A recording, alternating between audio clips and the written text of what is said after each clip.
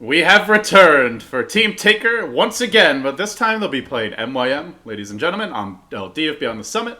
I'll be joined here today by Blaze. Tinker on the dire side once again, and MYM on the Radiant. We'll take a quick look here at our grid, if it will load for us, and well, we'll see how the Team MYM is doing. Obviously, Tinker still in great position to go to the LAN finals in Kiev.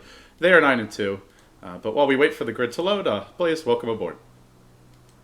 Glad to be here, man. This has been some awesome games so far. It's interesting to note that actually MYM opted for Radiant here. They won the coin toss, they have the choice of first pick or side, and they go for Radiant side. So this Faceless Void Vengeful Spirit draft, with that in mind, they really wanted to focus their skill set on getting that offlane Void as much experience as possible and seeing what they could do with the Venge as well. It's not a Roche-oriented Venge, really, because of the fact that, obviously, they chose, again, this faction. And I really found that interesting because 9 out of 10 teams are going to choose Dire after the enemy team chooses first pick. In this case, they switch it around, and it was completely voluntary, so I find that unique. Yeah, it's also gonna. They got punished by the Wraith Kid, I guess, and they won't be punished by it again. But MYM will get some really good follow-up for the Chronosphere now with the Aged Apparition. I'm surprised that we haven't seen a little bit more Void lately. It's strange how there's these little micro meta shifts over the course of a week where for 4 days everyone will pick the Void Skywrath, then it's we'd rather pick Death Prophet Wraith King, or we'd rather go for Razor, we'll give away Lycan, Bat Rider goes into vogue and disappears. It's just bizarre. It's the same heroes too that are being cycled in and out for the most part. There's a few new faces, but yeah, Void's still very strong, and MYM are going to waste no time in securing him, and now they get a good combo hero for him. Yeah, a lot of potential for the Jakiro here to go along with the Wraith King with following up the stuns. Can go and lay down the Macropart in the Chronosphere, makes things difficult, and Jones just get a lot of good push. I mean, the Death Prophet's going to do a ton of physical damage to the towers already. Vamp Aura pushes a bit, so adding in this Liquid Fire, it really does seem like they just want to cremate the towers as quickly as possible, and Tier 1 top is going to be falling very quickly unless it's an offlaner that can provide counter push. And they did ban out the Bat Rider, so that's not going to be an option here. I'm trying to think if they've already kind of tapped into their supports, and they know that the Void is probably going to be in the off lane. How do you respond to such a heavy push on the top lane? You have to have Chronosphere, man, or Ancient Apparition Ice Blast. You're not going to stop that push otherwise. So just sack the Tier 1? I think you have to. What else are you going to do? Unless they want to run the Void in a different position, pick a offlaner that can de-push, but we haven't seen too much of that. And I mean, what offlane? Honestly, the offlaners that are in vogue generally aren't that great at counter pushing right now. Tide's okay, I suppose. We haven't seen too much Tide. Doom is not very good at de-pushing, generally speaking. We don't really see that much Bat Riders, and generally when we do, they spend a lot of time just jungling. And MYM are now they're drafting in such a way that they're not going to be looking to defend their towers early. They'll wait until they have Chronosphere, probably the Blink of the Sand King, and then I think we'll see them fight.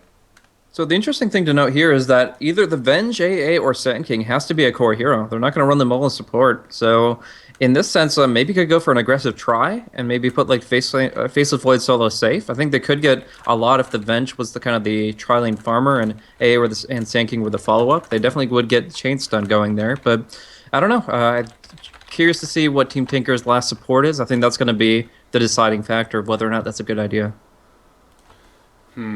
Last support. It could be a support Wraith Kid in theory. True.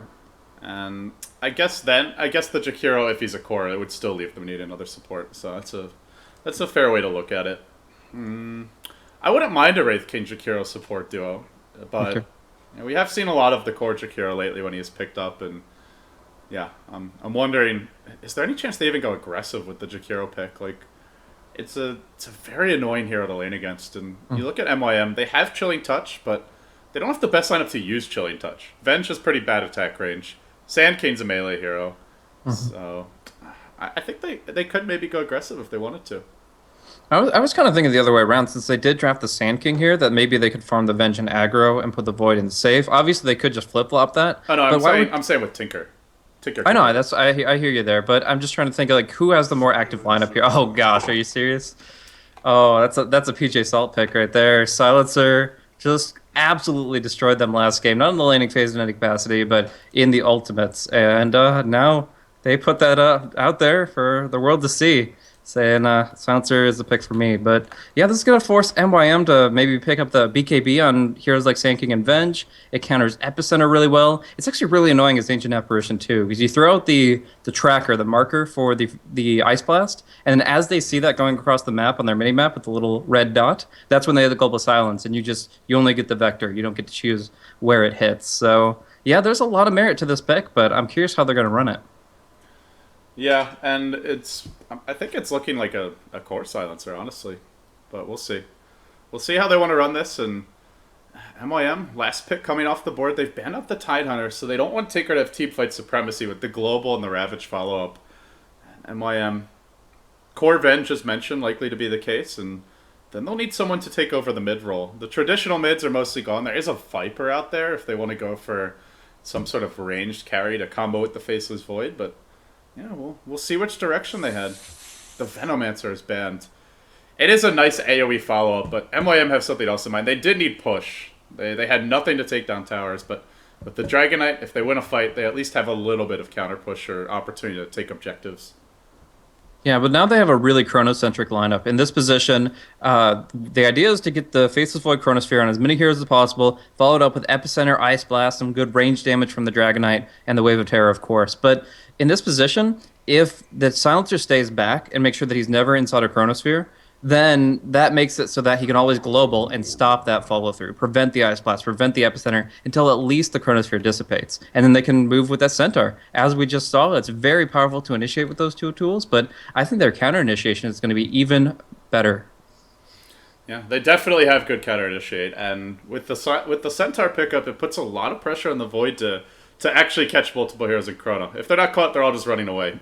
That's a nice pickup for them. It's going to be Koikfa handling that, and with that, we get ready to get into the game. This will be our third match of the day, guys. We've got two more coming up after this. The final two matches will be PR versus Navi. Navi has not played much Starladder recently, but they'll be back at it today, and then the final match will be Alliance versus Virtus Pro. So, with that said, the players select their heroes. We get ready to jump in the game, and it is going to be actually a support silencer. It's going to be Pycat on the Wraith King, Bulb on the Jakiro, so it is a core Wraith King and a support Jakiro. Interesting. They really, honestly, all three of these heroes can play either role, so Tinker definitely had a lot of options this time around, but yeah, looks like Pycat will be picking up some tangos, the Stout Shield, and he will be getting the farm. And with that, we'll introduce the teams. Tinker, still 9-2, despite that rather lopsided loss at the end there. Empire just ran them over. Still in great position to go to the land finals in Kiev. And with that, we've got Koikfa on the Centaur, Pycat on the Wraith King. Sing Sing will be going once again on the Death Prophet. Kind of struggled last game, to be honest. Hoping that he'll step it up this time around for the sake of Tinker. We've got Jakiro handled by Bulba, EGM as your support silencer. In the off lane, we'll go Ace for MYM as the Faceless Void. Towards the mid lane will be Arise, standing in as the Dragonite. Rise on the Ancient Apparition. Quicks will be your Vengeful Spirit, also standing in. And Bland, last but not least, will be on the Sand King. Arise is, to me, I know this guy mostly just for his Magnus play. He is just a beast with Blink Force Staff, but yeah. We'll see if he can make big plays happen with the Dragonite as well. Not quite as flashy of a hero in general, though. What's Arise's official team status? Because I know that he's played a ton with MYM, but I don't know if he's an official member at this point in time. I think he's like the way that PR was with Scandal back when he was on the tour. He was like basically an official, but not actually signed. I don't know what MYM's contract status is, to be honest, but Fair enough. Yeah, as far as I know, he's been playing with them for a while, and yeah, I'm thinking he's basically like Scandal is, but yeah, I could be wrong about that. So, looking at our lanes, we're going to have a Centaur off lane up against a pretty strong tri-lane, which is going for first blood, by the way. Bland is hiding in the trees. He's got a smoke picked up as well. And he's got a shared tango, so if he wants, he can eat this tree to go around for the backstab. We'll see if he does it. For now, it's up to Koikfa's block, but the range creep gets out, so this lane will eventually push back the other way. We'll see if Koikfa plays it super safe. Yeah, it's really interesting, though, Team Tinker, like, three of their picks are identical to what we saw from Empire last game. They still have the core Wraith King, the support silencer. This time they sub in the Jakiro, and of course Sing Sing is on the Death Prophet once again on the opposite side. But it's very interesting that they immediately adapt that strategy, find it very valuable to them, and is going to allow them to get a lot of potential. I mean, EGM is known for a support silencer in the past, but it's just they kind of flip-flopped on that really quickly. So I'm not sure if it was reaction to the last game, or if they really just felt that it was really good in response to what MYM put down, particularly with the Void, the Sand King, and the AA. But we'll see how much of an impact they can make on it. For now, as far as CS goes, Sing Sing's winning at the mid lane just a little bit here, and that's going to be true until DK gets that bottle. Yeah, Arise is not going to have too much fun against Sing Sing, but he should be still able to bottle Crow. He'll probably fall behind in CS, but he'll get his level 6, and then if the Death Prophet ever gets ganked with one stun and a Dragon Tail follow-up, they'll probably get a kill on Sing Sing. Not a lane they're expecting the Dragon Knight to win. They just picked him for the reliable stun and the push power, because prior to that pick, they had nothing to take down towers. And well, looking at our two off lanes so far, Ace is getting a lot out of this top lane. Already hits level 2, whereas Koikfa, no ancient stacks yet, and he still just keeps on blocking these waves. He has no vision down in the Radiant jungle, so he knows it's very dangerous to press up. And in fact, he was right in the first place. They were trying for that first blood, but now Blan is off in the jungle, and he'll be getting his first stack. He's skilled up Burrow Strike, though, so until he hits level 3, we'll have no chance to kill off this camp. The little ground courier is going to be filling up the bottle and going right back on his way. Arise knows that he can't contest the top, the rune spawn at the 2-minute mark, and it is going to spawn top here. So it is going to go to Sing Sing pretty easily, but Arise is still making his way there. It's not common that you see somebody push back their bottle right before the spawn and then go for it anyways. He's going to lose out on a little bit of experience here as Sing Sing pushes out the wave. And yeah, and in the end, it's just an interesting decision, but it will allow him to breathe a lot of fire. And it'll piss off Sing Sing. That's probably the other nice thing about this, because Sing Sing even had vision. He can continue bottle crawling, and he'll continue free farming here as well. Already doubling up on the CS of the Dragon Knight, though it'll equalize a little bit as the wave pushes in against him. Ace continues to be annoyed by this top lane. Liquid Fire spam. You've got Curse of the Solid spam, the occasional last words from EGM. He's not dying or really in any danger of dying, but he's in danger of bashing his head against his keyboard, I think. Yeah. It's interesting that Faceless Void went for the time lock at level 2. Usually you see at least 1 point in backtrack just to kind of survive through a little bit of extra damage there on top of the poor mate shield, but may regret it as the stuns come out. Not just a bit of harassment. The dual breath not even bothered to be cast. But yeah, in this position, he's not really going to get many auto attacks on the Wraith King unless the supports start roaming, and you can't really expect that from a Silencer and a Jakiro. So maybe he intends to max time lock first and needs it, but no, he does go back for the 1-1-1 at level 3. Yeah, it's a build that we'll see when... Oh, Koikfa seems to know that Bland's here. I think he might have showed himself. Yeah, he's visible. He just goes in, gets chopped once, and now the Scorpion Man will retreat. But, yeah, it's a build we see in 1v1 matchups. But to go for the early point time lock against a tri-lane, especially a good harassing tri-lane, is, like you mentioned, pretty unusual. So he'll go back for it, and ultimately it won't matter too much. But I'm loving the sprint around the Rosie from Bland.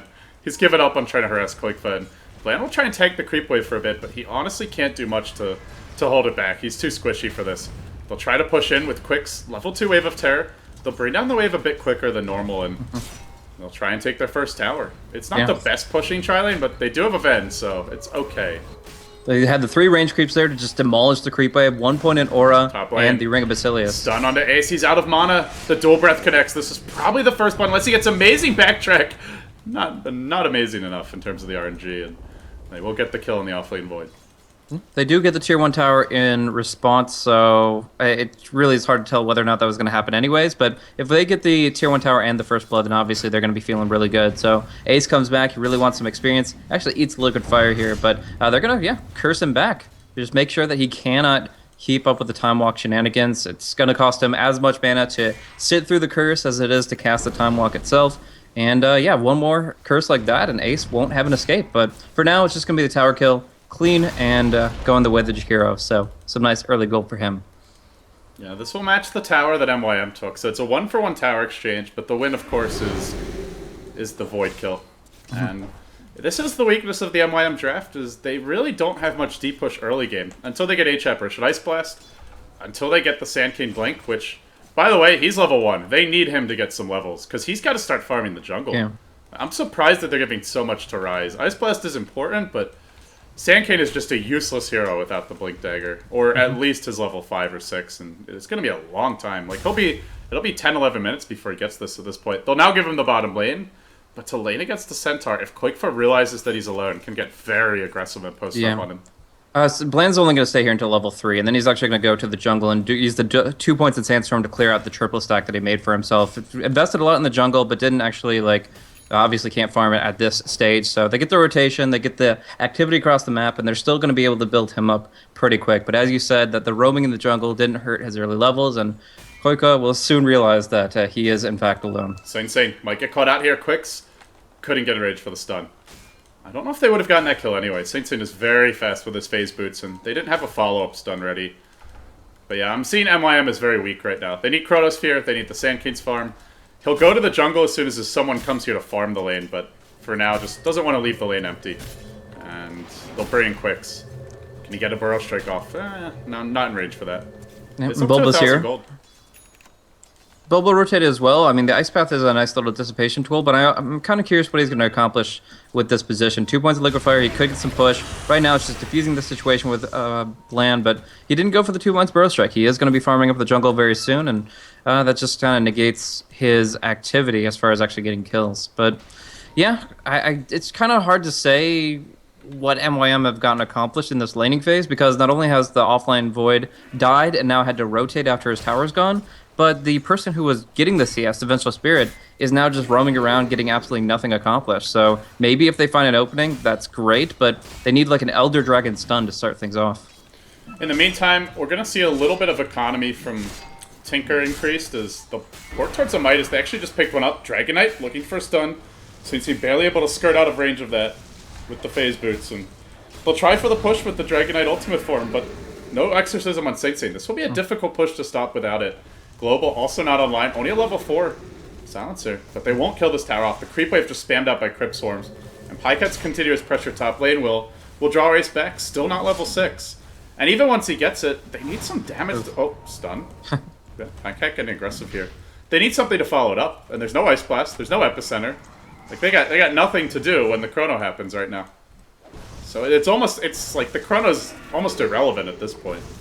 Check out EGM's item build, though. He actually already went for the point booster. Is this going to be like a hard Ags Rush pre-boots? Like, I would love to see that, to be honest, because there's so much value. If you have Max Curse of the Silent, you can get that Aghanims extremely fast. But as he went for the support role, maybe that 450 gold is just what he wants to save up in order to really make an impact with the global spell. I'm thinking he'll probably at least buy regular boots, and he just wanted to buy point booster since he had the gold for it, so...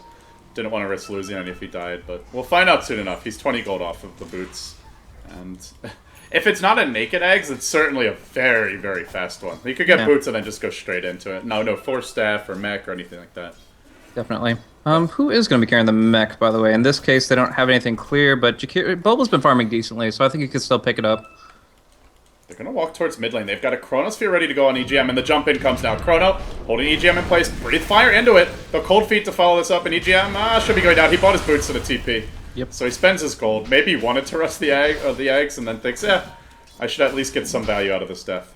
Well, in this case, he made it so this is the only way that he could have spent, 1,700 gold, some odd, and not lost anything unreliably. He gets the point booster first, as the Secret Chop's outside of range, and it actually works out, just with this itemization, it works out perfectly. So, yeah, it's a good fallback, loses nothing, gains much more, as he rotates right back into the mid lane and puts some hurt onto the Dragonite here. Yeah, Ace is going to help him push out this mid lane, and they'll bring Rise into this as well. No Ice Blast yet. Quick's even joining the fray. And they do recognize that Tinker are not really that strong at defending against the push because they don't have a Centaur Blink yet. And the Wraith King with the Midas up isn't able to engage. So despite not having the best the best follow-up for Chrono, they got the one kill. Now Pycat TP's in. He'll stun Quicks. They want to bring down this Venge quickly, and, well, she will end up going down, but the trade might be there. Ace, time walking to the low ground, will make his way out. So they only lose the Venge there. No follow-up. Tinker, push it. They have Exorcism up for some time. And this is where the Vengeance isn't going to really help you, because these ghosts are not auto-attacks, so the debuff when the Venge dies does not slow down this push really at all. Neither does it help with the Liquid Fire. Yeah. I think you only put 1 point in it too, so it's kind of a value point, but also not going to be the biggest difference one way or another. We do see that Bland was actually able to outgun Koikova when it came down to the Blink Dagger Rush. He was able to get it out of the jungle faster, and yeah, he is going to be farming up his level 6, so now he has Epicenter online as well. So some real potential if they can kind of rally and get a team fight opportunity, but very soon EGM will be finding that level 6, and... I thought he was blinking in. Koikva's worming his way through the tree line. He wasn't close enough to jump Rise, but he's probably going to do one more blink here and then go in. We'll see. Maybe just blink Stampede forward and dive this. The backup's coming. The Venge is here. Swap. Well, that's a really long TP. Okay. Yeah, Swap is ready. He's got Ice Blast too. If they just casually wave and tear the trees, then Quick was in for a surprise. But for now, they're probably looking at Bulba here and thinking if they have an opportunity on him, and Quick is in the perfect position to counter-initiate. They're sitting really far back. They do have a lane ward, so I think they saw the Centaur enter the lane, and although Koikfa could have TP'd out, they're playing this one pretty carefully. I don't know. The last time he was playing Puck, he did some real shenanigans going over like the impassable terrain and stuff like that. But yeah, that ward's in a really good spot to see a lot in that general region. And you're probably right that they are just going to be having to shift up their focus on the top lane here. They've got Ace farming up. They've got the backup ×2. And yeah, Silencer's just a little bit off of that level 6. This would be the time to gank, if any at all. Look at Quick's position. He's still almost close enough to get jumped. Like, even if they get that magic missile, well, Koikfa will give it up, finally. He waited a while for that. While EGM, meanwhile, will force the Sand King back. Bland went in with the Burrow Strike, but in the end, can't go in for a kill. They do have Chronosphere ready, though. And they're going to force this top lane. Burrow Strike was used on Dire Creeps. This means no mana for a fight. So they really can't engage now. Bland's and they use the Ice Blast already. It's cooling down about 10 seconds time. Rise can fire an Ice Blast off, but the damage follow-up just doesn't exist. And now the Global Silence is there. So yeah, they're just They're playing all over the map. They're just back and forth, going to go on bottom. The Chronosphere will connect, and there will not be a Global Silence because it would not help. Yeah, that's the downside to Global, is it's only a setup and it's a complementary spell. It doesn't generally do too much on its own. A little bit of damage with the Ags, but not enough against the Chronosphere. And just the raw right-click power. But I still think Tinker are not really at their... They're not cresting yet as far as their wave of power goes. They need to get this Blink Dagger... Oh, mid lane. Blink in. Koikfa gets caught up by Burrow Strike. He could Stampede out, but Epicenter secures this one. Finally, Bland able to set up a kill for his team, and now he's got his much-needed Arcane Boots. And meanwhile, bottom lane, MYM pushing into tier 2. This will force out a buyback. Everybody needs to retreat now. Ace gets caught by... Nope. Actually, great reactions there. Dragon Tail stun. And now the charging with Stampede, but I don't even know if he gets the range for the slow. Barely does. Pycat will follow this up. They'll sack a Rise, but the rest of the team TP's out. It would have been a 2-hero stun and probably 2 heroes dead, but instead it's only the Dragon Knight they lose. Those quick reactions on the Dragon Knight, saving at least one life. Yeah, great response there, and forcing the buyback early from Koikfa. It's not like he desperately needs the gold, just going to buy out like Tranquil Boots and a casual cloak for a while, but it's making it so that they can't use that kind of tool in the near future, and it is expended duly. But Rise on the mid lane might be jumped on. There is still the stun and damage available. It wouldn't kill him, but it would bring him a little bit low and force him to retreat. He's going to just retreat of his own volition, go up to the top lane, while the push ensues down bottom. This is going to make it a 1-tower advantage going the way of Team Tinker, which I would honestly have expected a bit more at this point, given that they have the nearly max Liquid Fire and Exorcism, but we haven't seen Tinker just cleanly take a tower too often yet, but that may change now. Blink Dagger picked up on Pycat, still not even close to his level 11, so if he's forced to use the ultimate, then he won't have it for nearly 5 minutes, 4.5. There's a couple of things to consider here. The level 11 Exorcism is available for Sing Sing. He's going to pick up his Yules pretty soon. And actually, an interesting global usage. I mean, that's not going to do much more than just amplify the Curse's effect. And eventually they will just get that off. So they have the Observer Vision. They see the flank in from the Sand King. But yeah, they're going to be able to fall back just barely in time. The Burrow Strike does connect. There's no follow-up. They'll need a really good body block, but... oh, turns around. Gets hit by the Ice Blast. Needed a little bit more damage to get that kill. But with the global down, Tinker have to recognize they can't take fights right now. They'll have to go for split push.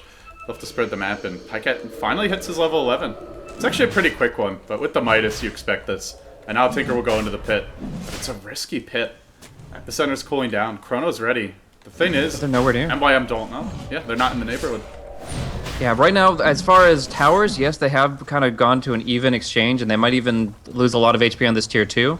But the ward situation proves a completely different story when it comes to map control. Right now, Team Tinker have some amazing wards in the enemy jungle. They're going to take control of that, and they even saw the one that was going to possibly lead to EGM's death. They saw the Sand King coming there, so they cut their losses, they minimized that impact, and they take the Roche, which was, as you were talking about, a major aspect of this draft. So now an Aegis drums Yules on the Death Prophet. Sing Sing's going to go man mode. Yeah, this is a much more explosive start from Sing Sing. Last game we saw him ganked a lot, pressured a lot, ended up dying quite a few times, and just Never got the free farm, but a lot of it comes down to the matchup. He was up against a Razor in that game. Resolution did a great job of controlling him. Crucially found a solo kill in the 1v1, and this time around, Saint had an easier matchup. Had the Dragon Knight, and he's taken advantage of that to jump out to a hot start. As the smoke comes from MYM, but I think they smoked under this. Did they smoke under that Dire Observer? They were damn close to it. Yeah, the jungle's warded so much. Oh, Saint's scouting for them. He's got an invis. I think they did see it. He's like trying to reveal it right now. And he might actually just get a free kill and Rise here. Yeah, revealed his smoke. But the rest of MYM make their way up the hill, and it's to no avail because Tinker are all the way top. They're completely out of the neighborhood, and EGM is almost got his eggs. He's 500 gold away. This is going to be like a 19-minute Aghanim Scepter on the Silencer. Way faster than Solo's last game. Rise doesn't have a TP here, so obviously there's a potential for them to just move across the map and outmaneuver as they see the coming threat on the force courier. coming. It's about to arrive now. Okay. But yeah, even so, they'll probably have to back, because Bulba is going to force this. No, never mind. He gets cold feet about it. Wisely so. MY have a really good counter gank. This is a pretty damn poor Void, though. Ace, at this stage of the game, only has Treads and a Mask of Death, or Morbid Mask. Not even a Mask of Madness yet. He's struggling, man. Yeah, did not have a fun time up top, rotated a lot, just didn't find much, and unfortunately he's one of their harder core heroes. Like, the Venge doesn't really do that much unless she gets momentum. They're going to focus on a Rise here. Chronosphere can't be used to keep him alive, but he's still pretty tanky through this, and now it gets off the Chrono too. Great defensive Chrono from him, but the follow-up comes. Well, the counter follow-up from the Sand King Epicenter, nearly killing off Quakefoot, but not able to finish the job. Now the stun from the Wraith King will go down in the end, and they're able to zone out the rest. The rest of the team scattering. MYM forced to retreat out.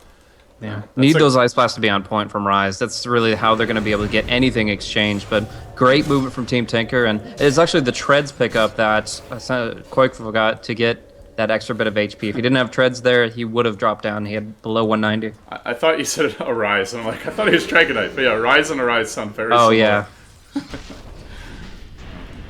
Yeah, that's the power of the Silencer ult, and it's about to get a lot stronger. And in fact, does he have it yet? No, he's still 300 gold short, 250. But it's coming soon. And that's where you really worry about this Void. Like, he'll need a BKB to counter-initiate, and he's not even going to have a Mask of Madness for a little while. Stun on the bottom lane, Sing Sing held in place. He will get Dragon Tail followed up. Should go down to this. A couple more auto attacks will finish him off. Ace TP's in. If he doesn't have some backtrack luck, he's going to fall. Time walks out, able to live. They'll kill off the Death Prophet once. Can they do it a second time? There's a Wraith King ult ready. Tower already killed off by the Dire, and they'll just back off. So all they do is pop the level 2 Wraith King ult. Or, sorry, not the Wraith King ult, the Aegis, and they'll retreat out.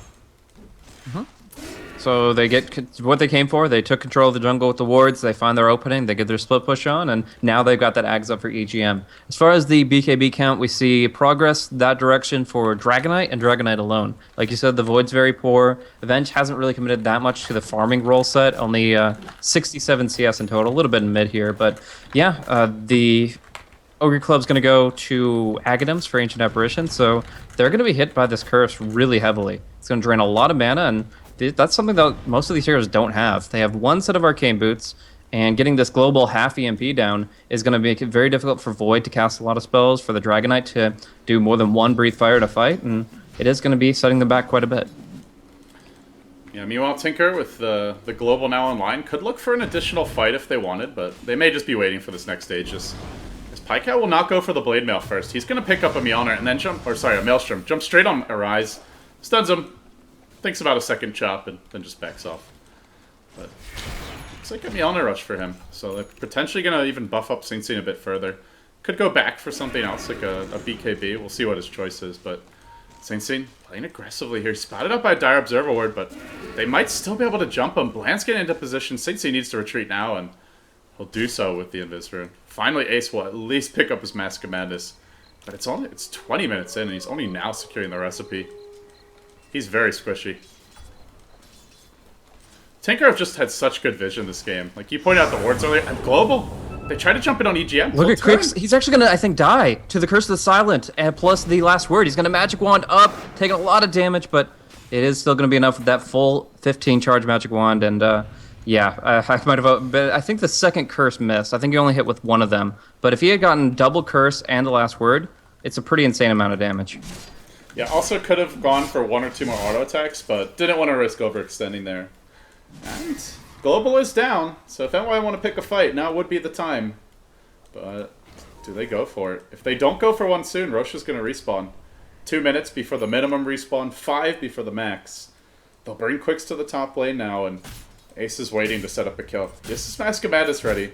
And if he jumps in, there won't be any way for Tinker to disengage, but at least with the Global. If they do have a Yule Scepter and Bulba, that can control the Faceless Void, purge off his Mask of Madness buff, and actually it's going to be hard for this Void to get anything done, man. Double Blinks, Force Staff, double Yules. Like, his Chronos are underwhelming at best. Yeah, even if he hits a good one. He's got to hit 4 or 5, I think, to get anything done. Yeah, and they can always, of course, Yules him up. He's not going to be right-clicking. They can make it very difficult for anybody with the Sanking to do damage. And that's where a next suggested item pickup would come into play for Team Tinker. I really think that now that the center has his Force Staff, he should work towards a pipe. If they pick a Pipe of Insight, like, there's nothing that MYM can do to actually bring down anybody but the squishiest heroes. Rise will clear up the wave, and Quickfa waits in position. Arise is in range to get Blink Stomp, but it's a risky jump. If Arise is quick with the BKB, this could go poorly, and they'll just retreat. I'm not sure if they want to engage in fully. Pyket does have a Blink Dagger, but the Global still cooling down for 20 seconds. As Quicks looks for his opening. All the teams decide to fight. Let's be aggressive. Bland gets caught out, held in place. He won't be able to get off an Epicenter for this. He'll go down first. So now it's just the Dragonite trying to duke it out, and even with the Chronosphere, they just don't have the damage to make anything happen. Since he forces them off the fight, the Dragonite diving for EGM will get the kill, but the whole supporting cast is gone. They actually lost the Faceless Void as well. Now the Global, just to secure the kill on Arise. I mean, why the hell not? Next fight probably won't be for 2 minutes anyway. EGM ends up living on a sliver of HP, 10 to be exact, and jeez, Void got chased all the way down.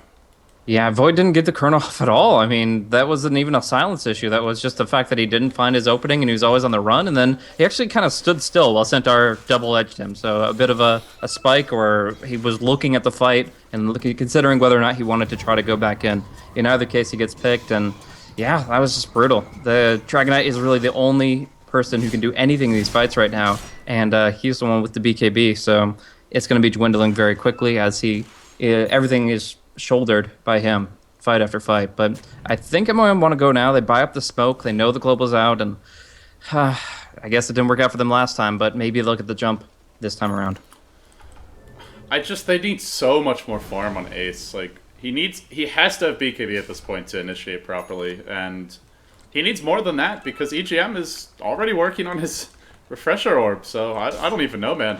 We may get to the point where the Void needs a Refresher of his own just to counter this Silencer Refresher, which is incredibly ambitious given the amount he's farmed. And now we're at the point where Tinker are up by a lot. 16k gold lead, 17k experience lead for them. Feeling confident. They've got farm on everyone, too. And the one here that's not getting a ton is Bulba, but even so, he's got the Yule Scepter I mentioned. He offers a lot of damage in these fights if MYM get a bad Chrono and they end up getting trapped in it. Just feeling like MYM have no real grip on the game right now, and I'm not like, how do they get a foothold in this? I'm really not sure. I don't know. They have to force the issue within, I would say, the 35-minute mark. That's probably their time window where EGM is going to have this Refresh Orb. Even as a support, he's been taking some farm priority here, 45 CS in total, and this is how you want to play this support silencer, is transition him into a semi-carry, where he already has the Axe, he's building up the Oblivion Staff, and he wants to go for that Refresher next. Top lane, Ace did pop his Mask of Madness, but it's a quick retreat from Saint Saint. He had some vision of this with this Observer Ward, as well as this one, I think, spotting the initial movement through the river. So he'll make his way out safely. Global Silence used, and bottom lane. Got the Sand King. Pycat jumped in, stunned him, and yeah, easy kill. Yep. Nice opportunity to pick him off, prevent that farm, and yeah, the Sand King's not going to progress towards anything. I think he really needs the BKB, but not really going to be an option for him here, and it's just so hard to turn these fights around. You're going to be screwing yourself over more often than not. We do see the engagement up top. Rise is going to have a Ice Blast very shortly. This is bad. Yeah, he gets silenced once again, stomped and dealt with. This Void is having an absolutely awful game, man.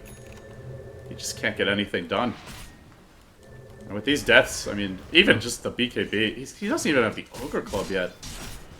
It's almost like, I don't even know. I don't know what. Does he need a catch-up Midas? It's getting to that. It's getting to that point where I'm just it's got to go for something very unorthodox to do anything.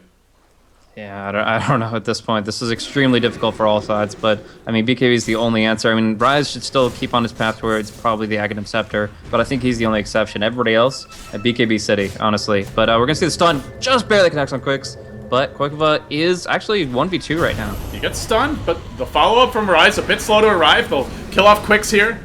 But the trade does come as they at least get the Centaur. BKB from Arise Epicenter, burrow in onto EGM, doesn't have his ultimate. They want to kill off this pesky silencer. 2 more auto attacks would do it, and they'll get the kill.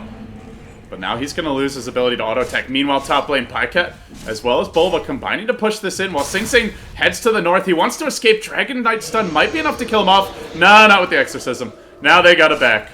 And while they're busy backing, Sing Sing will try to cancel some TPs, try to punish them for the retreat. Even using a Shiva's Guard to chase that Sankey a bit more. Pycat clearing out the tier 3 tower top lane. Will continue the onslaught Chrono, but then what? Then Yules. Then nothing. Ice Blast will come through. It'll hit Pycat. He'll die once, That's but 1 life. Yeah, he's got a 1 minute cooldown on his ult. He's even going back in on Ace. They'll probably get this Ace kill before he can time look out. 3 seconds to go. And he's going to go down. 2, 3 hero Burrow Strike, but what does it matter? EGM's coming online with Global, as you mentioned. I don't even know if they need it, man. There's your Global, just to ensure the kill and bland. Pycat's going ham, straight to the well with MYM. They are getting run over. Tinker wasting no time in asserting their dominance. They seem a bit angry after that Empire loss and picking some of the heroes that Empire used to punish them. There you go. Now winning with them. Tinker, the first team in Starladder Season 10 to have double-digit wins. They are now 10-2.